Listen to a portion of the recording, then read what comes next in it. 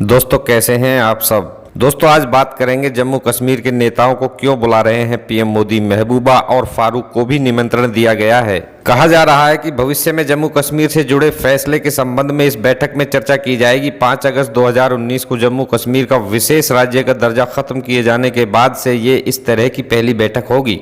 Reports के मुताबिक PM की अगुवाई वाली इस बैठक में गृह मंत्री अमित शाह समेत अन्य केंद्रीय मंत्री भी शामिल होंगे। जिन 14 नेताओं को बातचीत का निमंत्रण दिया गया है उसमें पीडीपी की महबूबा मुफ्ती के अलावा नेशनल कॉन्फ्रेंस के फारूक अब्दुल्ला और उमर अब्दुल्ला, पीपल्स कॉन्फ्रेंस के सज्जाद लोन और मुजफ्फर हुसैन बेग, सीपीएम के एमवाई तारिगामी, कांग्रेस के जीए मीर और गुलाम नबी आजाद जेके, अपनी पार्टी के अल्ताफ बुखारी शामिल हैं। वहीं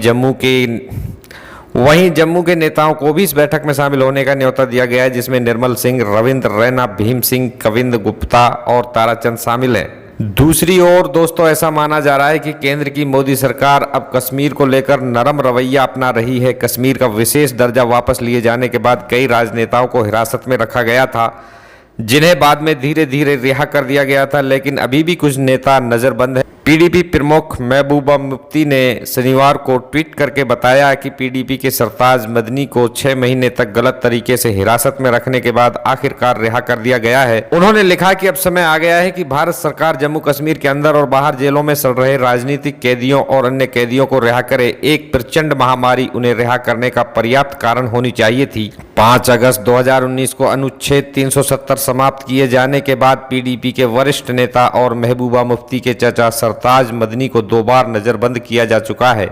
दोस्तों ऐसा माना जा रहा है कि पीएम मोदी की अध्यक्षता में होने वाली बैठक से पहले विभिन्न दल अपनी अपनी बैठक करने के साथ साथ People's Alliance for Gupkar Declaration की बैठक में भी इसको लेकर अंतिम फैसला लेंगे। कश्मीर के विभिन्न दलों का गठबंधन गुपकार डिक्लेरेशन जम्मू कश्मीर के विशेष दर्जे को बहाल करने के लिए बना था, जिसके अध्यक्ष नेशनल कॉन्फ्रेंस प्रमुख फारूक अब्दुल्ला हैं। मीडिया रिपोर्ट की माने तो गुपकर गठबंधन की बैठक आने वाले गुरुवार को होगी, जबकि विभिन्न दल अगले कुछ दिनों में इस पर चर्चा करने जा रहे हैं। पीडीपी के प्रवक्ता सुहेल बुखारी ने कहा कि पीएम की बैठक में शामिल होने का फैसला पार्टी की बैठक में लिया जाएगा, लेकिन अभी केवल फोन कॉल आया है और आधिकारिक निमंत्रण का इंतजार है। वहीं सीपीएम नेता एमवाई तारिगामी ने इंडियन एक्सप्रेस से पुष्टि की है कि उन्हें केंद्रीय गृह सचिव का फोन कॉल आया था और 24 जून को 3 बजे पीएम के साथ बैठक होगी। तारिगामी को कहा गया प्रधानमंत्री राजनीतिक नेतृत्व के साथ जम्मू कश्मीर के राजनीतिक परिदृश्य पर भी चर्चा करना चाहते हैं। श्रीनगर में बीबीसी के सहयोगी पत्रकार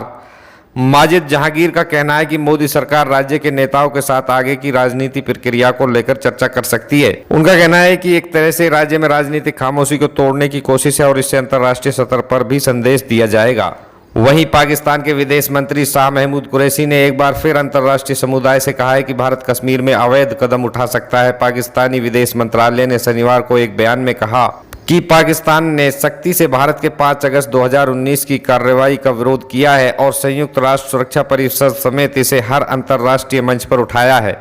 बयान में कहा गया है कि भारत के किसी भी ऐसे कदम को जो भारत प्रशासित कश्मीर की जनसांख्यिकी संरचना को बदले, कश्मीरियों की अलग पहचान को और कमजोर करे, उसके विरोध को लेकर हमारा दृढ़ संकल्प है। इसमें यह भी कहा गया है कि भारत के संभावित कदम को लेकर सुरक्षा परिषद के अध्यक्ष और संयुक्त राष्ट्र महासचिव को अवगत कराया जा रहा है। बयान में कहा गया है कि कश्मीर में डोमिसाइल नियम और जमीन के कानूनों को बदलकर भारत का उद्देश्य कश्मीरियों को अपनी ही जमीन पर अल्पसंख्यक बनाने का है। विदेश मंत्री ने कहा कि इस तरह की भारतीय कार्रवाई नई जनसंख्या की वास्तविकता को लेकर आएगी, जो कि यूएन चार्टर के तहत अंतर्राष्ट्रीय कानून का उल्लंघन है। विदेश मंत्री कुरैशी ने संयुक्त राष्ट्र सुरक्षा परिषद समेत अंतर्राष्ट्रीय समुदाय से मांग की है कि वो भारत को अवैध कार्रवाइयां करने से रोके।